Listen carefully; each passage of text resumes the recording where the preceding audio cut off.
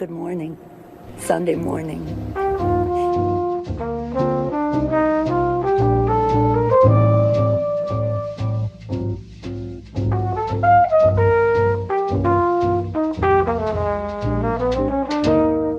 Good morning, everyone. Welcome to another episode of Good Morning Sunday Morning. It's me, your host, Danny from Body Politic Media. Today is November 8th, 2020, and the 2020 election is officially over. The theme of today's episode is going to be good news, bad news, and we have quite a bit of both to discuss in today's episode. First off, we can get to the obvious good news. Donald Trump has been defeated, and he will no longer be the president. In my opinion, and this shouldn't be a surprise to anybody, this is very good news. I will be very excited to see Donald Trump and his goons and all of his stupid bullshit go away in the next few months. This is something that needed to happen, and I'm glad enough people came together to make it happen. Yet, the bad news is that Joe Biden is going to be the president in a few months. And I don't think it's much of a surprise also that I don't think this is a good thing. And I will be discussing why today and over the coming months and years. More good news, progressive ballot measures have been passed by voters all across the country. For example, down in Florida, a state that Trump won, voters passed a $15 minimum wage. This is very good. In Montana, my state, New Jersey, South Dakota, and Arizona, voters passed ballot measures to legalize marijuana. That's awesome. Down in Arizona, voters passed a tax increase on the rich. This is very good. In Oregon, they voted to decriminalize all drugs, which is pretty awesome. It's pretty crazy. But it's a position that I agree with, so I'm glad that happened. More good news, the quote-unquote squad in Congress is growing. We have AOC, Rashida Tlaib, Ilhan Omar, Ayanna Pressley, but we will be adding Cori Bush from Missouri, Jamal Bowman from New York, Mondaire Jones as well. So our progressive, leftist, whatever you want to call it, coalition in Congress is growing. And this is a very important thing. The bad news is that the Democrats not only didn't take over the U.S. Senate, they managed to lose seats in the House. Nancy Pelosi and the Democrats failed epically, and they will be losing, I think it's projected to be like between 7 and 11 seats in the House. Democrats are still going to control the House, but their majority has shrunk quite a bit. I mean, it's pretty amazing that in the middle of a pandemic where some 250,000 Americans have already died, and as we plunge into a new economic depression and all of the problems of the Donald Trump presidency, the Democrats figured out a way to lose seats in Congress. And this is a really embarrassing failure. So we can ask ourselves why exactly this happened. And this is something that I'm going to be talking about a lot over the coming months and years, probably. If you ask establishment Democrats or Democratic leadership, or if you ask pundits in corporate media, or even Republican allies like John Kasich, they're actually figuring out a way to blame the left wing of the Democratic Party for their own failures. And this should not be unexpected, but I think this is best exemplified by this clip I'm about to show you. This is John Kasich, who, if you don't know, he is the former Republican governor of Ohio. He endorsed Joe Biden. He spoke at the Democratic convention. And this is like 15 to 30 minutes after CNN announced that Joe Biden won the election yesterday. John Kasich got on television and started blaming what I think he called the far left for, quote, almost costing the Democrats the election. So check out this clip and we'll talk about it on the other side. The best thing that's happened to Joe Biden is the fact that the United States Senate is either going to be Republican or very close And the far left can push him as hard as they want. And frankly, the Democrats have to make it clear to the far left that they almost cost him this election. And that congresswoman from Virginia warned the Democrats, you want to talk about defunding the police, you'll have no support. So yeah, that's John Kasich. And this sentiment is being echoed already by establishment Democrats and people in the media. This sort of stuff would be infuriating if it wasn't completely expected. You know, I'm not going to get angry at these sort of things because we all should have seen this coming. This is what Democrats do. Even when they win an election, they still figure out a way to blame the left. So, you know, they're fucking assholes, and this is what we're going to have to be dealing with. So in response to that, Congresswoman Alexandria OcasioCortez put out a statement in the New York Times, and I just wanted to read it because she's refuting this sort of sentiment. So this is AOC.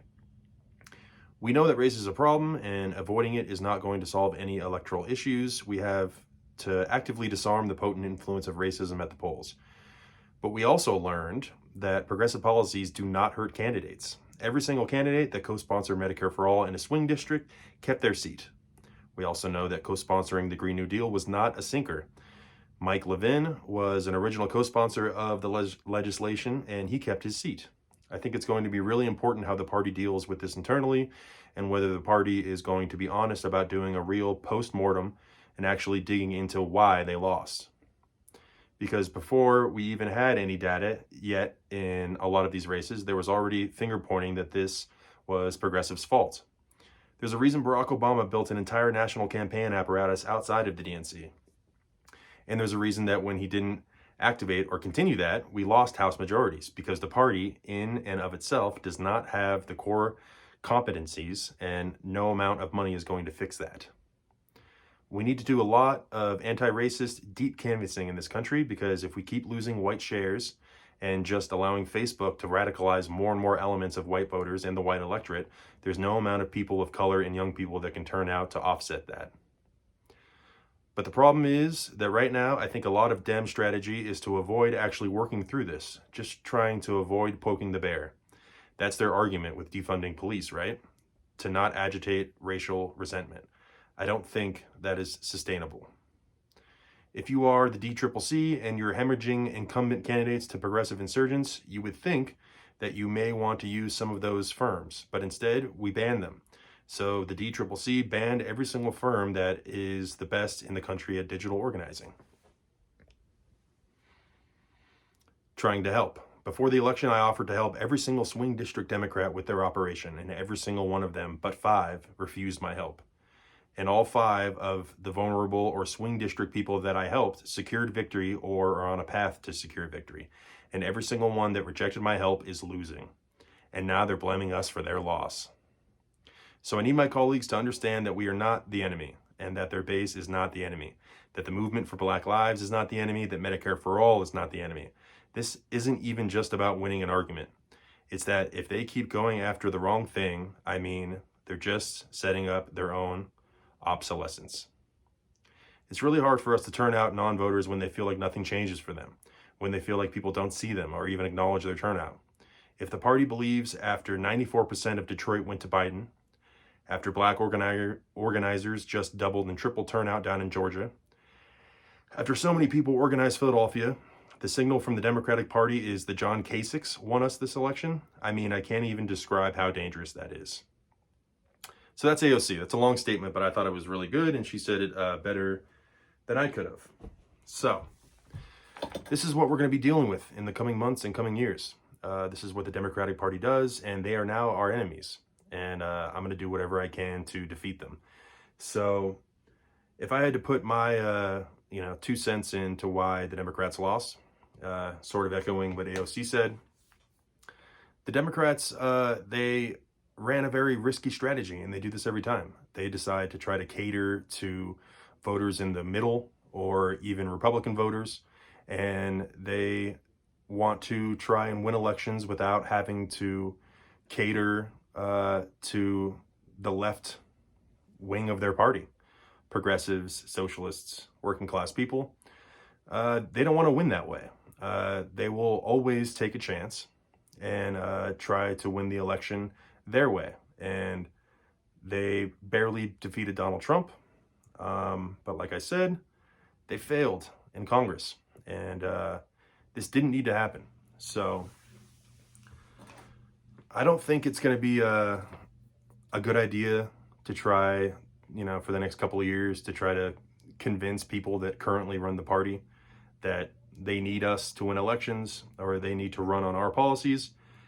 That it just ain't going to happen. I think it's a fool's errand, and I don't really plan on doing that. That's not really the strategy. Our strategy is to take over leadership positions in the party and start running elections the way that we know can win voters and get us power and eventually transform this country. It's, in the election, the Democrat strategy, and this is just on the pandemic and COVID, is that they didn't offer anything to the people. They actually kind of were, I think, portrayed as the party of more shutdown. And, whether that's the right thing to do or not, there's a lot of Americans that are tired of it. They have shutdown fatigue. I mean, Americans have had to live in a shutdown, longer than anybody else in the world. And this is because we failed to initially control this thing.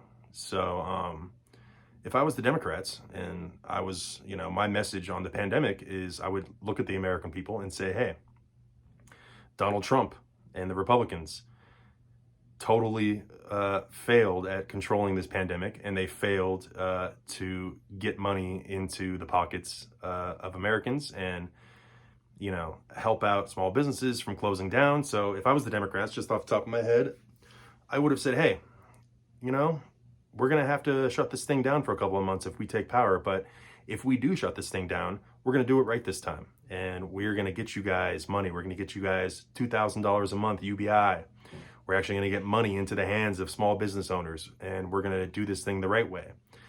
But instead, they allow themselves to be portrayed as the party of shutdown and the party of masks and whatnot. And Nancy Pelosi actually found herself right before the election. She was looked at as standing in the way of Donald Trump trying to give money to the American people. And I think this is just really bad politics, and it's really bad policy. So, there's a lot of things to say, but this is the fight we have now. Donald Trump is out of the way, and I'm very glad, like I said, we defeated, for now, neo-fascism, but it's something that we're going to be dealing with, probably for the rest of my life and your life. But now our focus goes on trying to hold the Democrats and Joe Biden and his administration accountable. We're going to keep trying to grow our coalition in Congress. We have midterm elections in 2 years.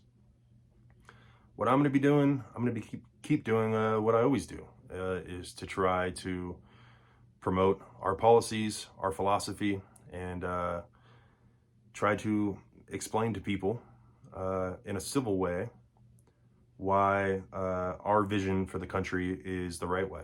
Because ultimately, all we're trying to do is improve as many lives as possible. So it's going to be an uphill battle, but it always is. That's the way it is for us on the left. But I do believe, and this is, I guess I'll end off with some good news, is that I think our movement is ascendant. And we know this because, like I said earlier in the episode, the American people are approving our policies. Our policies poll. The majority of the people agree with us.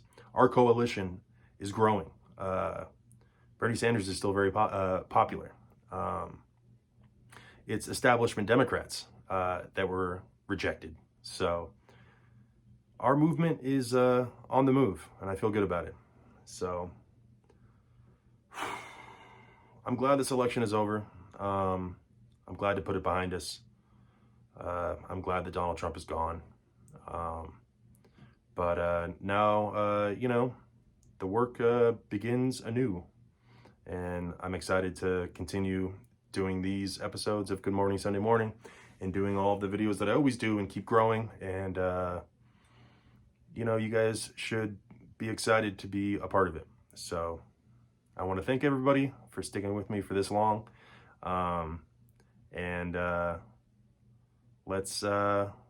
Let's keep on going.